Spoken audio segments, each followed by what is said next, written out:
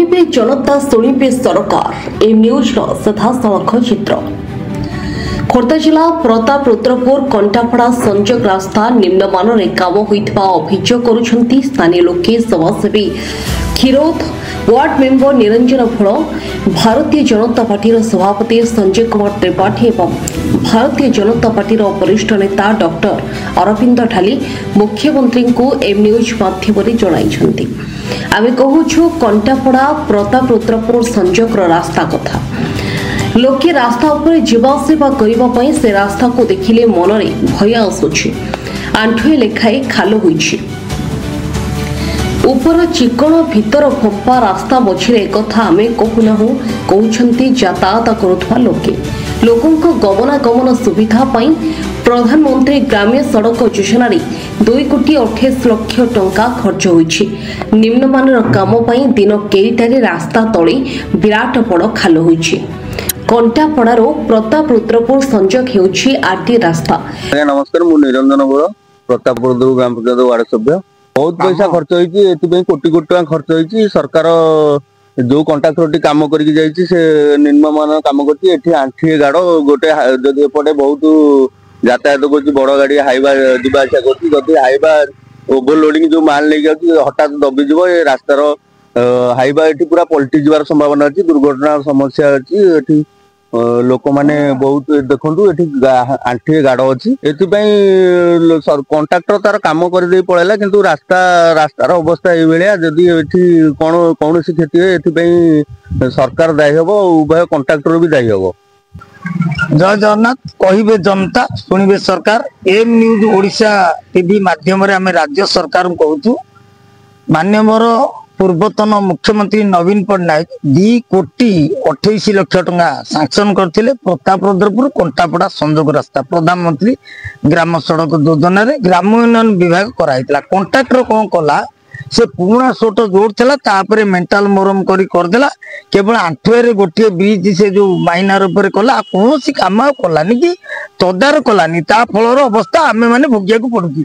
आपण देखंतु केते बड़ खाल, गोटे गोडम गोटे मनीष गली जीवो, आउ टिके गाड़ बेली जाए गोटे लोक गली पड़े। आपन आमे देखौतु, किंतु राज्य सरकार तापर काहेकि गुरुत्व दउना जाके एटा मुख्य रास्ता। कहना कंटापड़ारू जयदेव पार्क तीर्थयात्री आउती, भारी जान जाउछंती, सब प्रकार होती। तापर आम प्रतापरुद्रपुर पंचायत रो ओलार बिना कंटीमरी ए सब जो एक अछि, जे पंचायत को राती पाइले लोक आछंती। तो अक्षत गोटे गात होई जाइछि। गात हो राति दुर्घटना होती, भी गोटे बेपारी पड़ी अच्छी। किंतु सरकार जदि गुरुत्व दिखते भल हाँ।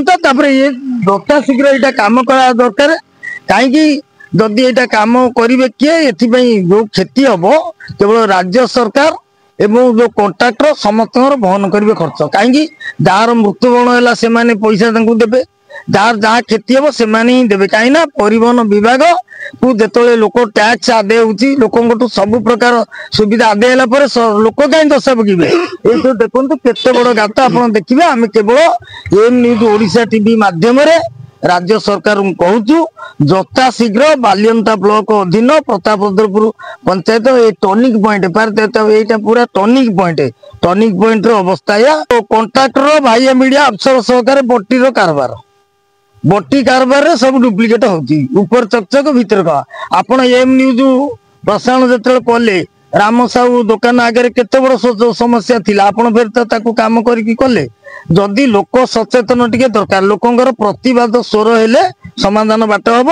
से कंट्राक्टर ठकू जी ठकू तांको पर दंड विधान जदि सरकार करते कामटा भल हुआ। बटी काम सर बटी राधे राधे तमर अधे आमर अधे काम शेष। से मालामाल हो जाउछंती कंट्राक्टर चाकिरिया, साधारण लोक जो सही किंतु यही माने मालामाल किंतु पैसा खाई काम कर। एत बड़ गात ता भर मनीष गली जीव से गात जदि आउ टे भारी जान ये पड़गला दाबीदेव सबुठी।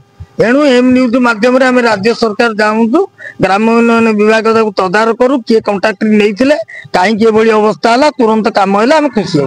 आज्ञा आम तो सदा जावा प्रबल प्रबल भय। आज्ञा ये 3 दिन तले गोटे काच गला आगे पड़ी काच भांगी ମୁଁ ନିଜେ ଅଛି ତାହେଲେ ଦି ଲକ୍ଷ ଟଙ୍କାର କାଚ ନଷ୍ଟ ହେଲା ମୁଁ ତାକୁ ଧରିକି ଉଠେଇଲି ଆଜ୍ଞା। ଆଉ ଇଏ ସେ ନଳା ଉପରେ 30 ବର୍ଷ ପର୍ଯ୍ୟନ୍ତ ଯୋଉ ନଳା ପଡିଥିଲା ତାରି ଉପରେ ଆଜ୍ଞା ଇଏ ମୋର ମାନେ ଯୋଉ ନାଲି ମାଟି ଚଢେଇ ଦେଲେ ପିଚୁ ଚଢେଇ ଦେଲେ ସରିଗଲା କାମ। କରିଗଲେ ଲୋକ ଆଜ୍ଞା ବଞ୍ଚିବୁ ନା ଆମେ ଆଜ୍ଞା ମରିବୁ ଏଠି ଏମିତି ଘଟଣା ଆଜ୍ଞା। ଆଉ କଣ ଆଜ୍ଞା କରିବୁ ଆମେ ତ ଖାଲି କହିବା କଥା ଆଉ ଜଣେ ଆମ ଦୁଃଖ କାମ କିନ୍ତୁ ଶୀଘ୍ର ଟିକେ ହଉ ତାପରେ ତଦାରଖ ଟିକେ ହଉ। ରୁଦ୍ରପୁରରୁ କଣ୍ଟାପାଳ ରାସ୍ତାର ଅବସ୍ଥା ବହୁତ ଖରାପ। ଲୋକ ତା ଭିତରେ ଖାଲ ହେଇଯାଇଛି। ଲୋକମାନେ ଆସି ବାରମ୍ବାର ଅଭିଯୋଗ କରୁଛନ୍ତି। ଇ ଡିପାର୍ଟମେଣ୍ଟ କଣ କରୁଛି ଜଣା ପଡୁନି କିଛି। ଲୋକଙ୍କର ଅଭିଯୋଗ କାହିଁ ଶୁଣୁନାହାନ୍ତି। ତେଣୁ ସେ ରାସ୍ତାର ତୁରନ୍ତ ମରାମତି ହେବା ଦରକାର। ନହେଲେ ବଡ଼ ଧରଣର ଏକ୍ସିଡେଣ୍ଟ ହବ ଏଥିରେ ସନ୍ଦେହ ନାହିଁ। ତ ଏକ୍ସିଡେଣ୍ଟ ହେବା ପୂର୍ବରେ ବିଭାଗ ସତର୍କ ହେଇ ତୁରନ୍ତ ମରାମତି କାମ ହାତକୁ ନେଇ ଏ ରାସ୍ତାକୁ ସଜାଡ଼ି ଦେବା ଦରକାର। ଦ୍ୱିତୀୟ କଥା ହେଲା କ'ଣ, ଯୋଉ ଭାକର ସାହି ଯୋଉଟାକି ହଂସପାଲ ରୋଡ ନିମାପଡ଼ା ପର୍ଯ୍ୟନ୍ତ ଯାଇଛି, ତ ଭାକର ସାହିରୁ ଆମର ଭଁରାଗଡ଼ ପର୍ଯ୍ୟନ୍ତ ରାସ୍ତା ଆଜି 7-8 ବର୍ଷ ହେଲା ସେତିକି ରାସ୍ତା ତିଆରି ହେଇପାରୁନାହିଁ। ତାଙ୍କର କ'ଣ କହିବା କଥା ଯେ ଡିପାର୍ଟମେଣ୍ଟର ଯିଏ ଜାଗା ନେଇ ଡିସ୍ପ୍ୟୁଟ୍ ଅଛି। କିନ୍ତୁ ମୁଁ ବୁଝୁଥିଲି ଯେଉଁମାନେ ଡିସ୍ପ୍ୟୁଟ୍ କରିଛନ୍ତି ଏମାନେ ଆଗରୁ ଟଙ୍କା ନେଇ ସାରିଛନ୍ତି। କିନ୍ତୁ ସେତେବେଳେ ଟଙ୍କା ଗଭର୍ଣ୍ଣମେଣ୍ଟ ଦେଲାବେଳେ ଗଭର୍ଣ୍ଣମେଣ୍ଟ ଖାତାରେ ଉଠେଇ ନଥିଲା, ଯାହାଦ୍ୱାରା କି ବର୍ତ୍ତମାନ ସେମାନେ କଥା ଜାଣିଗଲେ ଫେର ଡିମାଣ୍ଡ କରୁଛନ୍ତି ଯେ ଆମକୁ ଏ ଜାଗା ନେବାକୁ ହେଲେ ଆମକୁ ଟଙ୍କା ଦେବାକୁ ପଡ଼ିବ। ମାନେ ପ୍ରଥମ ଥର ଟଙ୍କା ନେଇଛନ୍ତି ସେ ଯୋଉ ଲୋକମାନେ ଯୋଉମାନଙ୍କ ଜାଗା ସେ ରାସ୍ତା କଡ଼େ ଅଛି, ପୁଣି ଆଉ ଥରେ ଦ୍ୱିତୀୟ ଥର ନେବା ପାଇଁ ଯୋଜନା କରୁଛନ୍ତି। ଏଇ ଡିସ୍ପ୍ୟୁଟ୍ ଲାଗି ଆଜିକି 7 ବର୍ଷ ହବ ଏ ମୁଣ୍ଡରୁ କାମ ଯାଇ ବାକର ସାହି ପର୍ଯ୍ୟନ୍ତ ଗଲା, ସେ ଭଁରାଗଡ଼ଠୁ ଯାଇ ନିମାପଡ଼ା ପର୍ଯ୍ୟନ୍ତ ଗଲା। ମଝିରେ ରାସ୍ତାଟା ଏତେ ଖରାପ ରାସ୍ତା, ବହୁତ ଲୋକ ବାରମ୍ବାର ଏକ୍ସିଡେଣ୍ଟ ବି ହଉଛନ୍ତି। ତେଣୁକରି ଇଏ ରାସ୍ତା ହଉଛି RNB ରାସ୍ତା, ଆଉ ସେଟା ହଉଛି RD ରାସ୍ତା। ଯୋଉଟା କହିଲି ମୁଁ ପ୍ରତାପରୁଦ୍ରପୁର କଣ୍ଟାପଡ଼ା RD ରାସ୍ତା, ଏଇଟା RNB ରାସ୍ତା। ଏ ଉଭୟ ଡିପାର୍ଟମେଣ୍ଟ ଟିକେ କମ ସେ କମ ଲୋକଙ୍କର ଦୁଃଖ ଶୁଣିବା ଦରକାର, ଲୋକଙ୍କ ସମସ୍ୟା ଶୁଣି ତାର ସମାଧାନ କରିବା ଦରକାର। ତ ମୁଁ ବିଭାଗୀୟ ମନ୍ତ୍ରୀ ମହୋଦୟଙ୍କୁ ଏ ବିଷୟରେ ଚିଠି ଲେଖିଛି, ପୁଣି ଆଉ ଥରେ ଚିଠି ଲେଖିବି। ଉଭୟ RD ଏବଂ RNB ରାସ୍ତାର ବିଭାଗୀୟ ମନ୍ତ୍ରୀ ଅଛନ୍ତି, ଉଭୟ ମନ୍ତ୍ରୀଙ୍କୁ ଚିଠି ଲେଖିବି, ଲୋକମାନଙ୍କର ସମସ୍ୟା ଜଣେଇବି। ମୁଁ ଆଶା କରିବି ଯେହେତୁ ଆମର ମନ୍ତ୍ରୀମାନେ ଭାରି ଦକ୍ଷ ମନ୍ତ୍ରୀ ଅଛନ୍ତି, ଆକ୍ଟିଭ ମିନିଷ୍ଟର ସାର୍, ସେମାନେ ନିଶ୍ଚିତ ଭାବରେ ତାଙ୍କ କାନକୁ ଗଲେ ଏ କାମ ତୁରନ୍ତ ହବ। ସରକାର ସମୟରେ ତ ବହୁତ ଥର ଲେଖାଲେଖି କଲେ, ହେଲା ନାହିଁ କିଛି। ମୋର ଦୃଢ଼ ବିଶ୍ୱାସ ଆମ ସରକାର ନିଶ୍ଚିତ ଭାବରେ କରିବେ। କମିଟେଡ୍ ସରକାର, କିଛି ଆପଣମାନେ ଭରସା ରଖନ୍ତୁ। ନିଶ୍ଚିତ ଭାବରେ ଖୁବ୍ ଶୀଘ୍ର କାମ ହବ। ମୁଁ ଦରକାର ହେଲେ ମନ୍ତ୍ରୀଙ୍କୁ ଭେଟିକି ମଧ୍ୟ ଉଭୟ ମନ୍ତ୍ରୀ କହିବି ଯେତିକି ଏ ପ୍ରକାର ସମସ୍ୟା ଅଛି, କିଛି ଅସୁବିଧା ନାହିଁ। ଆପଣ ତ ଦେଖୁଥିବେ ଗାଁ ଗହଳିରେ ଏଭଳି ସମସ୍ୟା ରହିଛି। ଆପଣଙ୍କର ଯେ ସିଟି ଏରିଆ ଭୁବନେଶ୍ୱର ଭିତରେ ବି ରାସ୍ତା, ଆପଣଙ୍କ ଘର ସାମ୍ନାରେ ବି ଏଭଳି ଅବସ୍ଥା ରହିଛି, ଆଠିଏ ରେଖା ପାଣି। ଆପଣ ଯିବା ବି ଯାଉଛନ୍ତି ସେ ରାସ୍ତା ଦେଇ, ସେ ବାବଦରେ ଆପଣ ମତାମତ କଣ? ମୁଁ ଯେତେବେଳେ ମାନେ ରାସ୍ତା ଭିତର ଦେଇ ପାଇପ୍ ନେଲେ ସେ ସମୟରେ ତାଙ୍କୁ କୁହାଯାଇଥିଲା ତ ପାଇପ୍ ନେଲା ପରେ ୟାକୁ ତୁରନ୍ତ ୟାକୁ ଆଉ ଥରେ ରିପେୟାର କରିଦେବ, ନହେଲେ ଏଠି ଲୋକମାନେ ଆକ୍ସିଡେଣ୍ଟ ହେବେ। କିନ୍ତୁ ଏ ବିଷୟରେ ମେୟରକୁ ଚିଠି ଲେଖା ହେଲା। ମେୟରକୁ ମୁଁ 2 ଥର ପର୍ସନାଲି କହିଲି ଯେ ଏଟା ଏଠି ଯୋଉ ଖାଲ ହେଇଛି ଏବଂ ଡିଭାଇଡର ଅଛି, ଏ ଡିଭାଇଡର ଉପରେ ରଙ୍ଗ ଦେବା କଥା, ହ୍ୱାଇଟ୍ ରଙ୍ଗ ଦେବା କଥା ଏବଂ ଖାଲଟାକୁ ତୁରନ୍ତ ପିଚୁ କରିବା କଥା। ପିଚୁ କରନ୍ତୁ, ନହେଲେ ବହୁତ ଲୋକ ଆକ୍ସିଡେଣ୍ଟର ସମ୍ମୁଖୀନ ହଉଛନ୍ତି। କିନ୍ତୁ ଆଦୌ ଏ ବିଷୟରେ କର୍ଣ୍ଣପାତ କରୁନାହାନ୍ତି। କ'ଣ ମ୍ୟୁନିସିପାଲ କର୍ପୋରେସନ କରୁଛନ୍ତି କିଛି ମୁଁ ଜାଣିପାରୁନାହିଁ।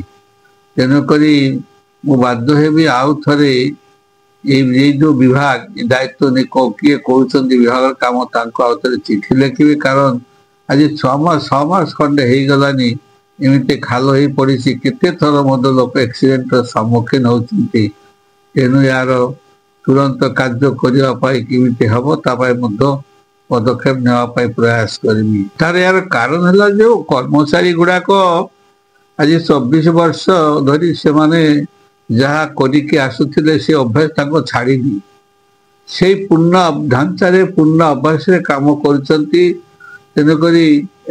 समय लगे भारतीय जनता पार्टी आम सरकार सहित ये हाँपाई माने एडजस्ट हाँपाई कारण गोटे काम नक जो आसुले एवं काम करने को पड़ो जबरदस्त से समय लगुच हम सब समय सब ठीक करदे किसी असुविधा नहीं। संजय कुमार त्रिपाठी भारतीय जनता पार्टी भिंगारपुर मंडल सभापति अच्छे अंचल देखा मिला घंटापड़ा यातायात रास्ता से पोल पाखे बड़ खाल अच्छी दृष्टि नहीं यहाँ आम तो बारंबार यहाँ अवगत करें चीफ इंजीनियर आसते आडीर कहवा सत्वे भी एपर्यंत काम है ना किंतु आम आउ थे भी बारंबार कहूँ तुरंत आसी काम को फैसला करा नचते आम आग को बढ़ेबू कारण ये रास्तार मुख्य रास्ता कंटाबाड़ पतारपुर मुख्य रास्ता ये प्रायतः दिन को बहुत लोग जावासा करती जगतसिंहपुर लोग जाती कटक जाती भुवनेश्वर जाती से आम अनुरोध करुँ सरकारी बाबू मान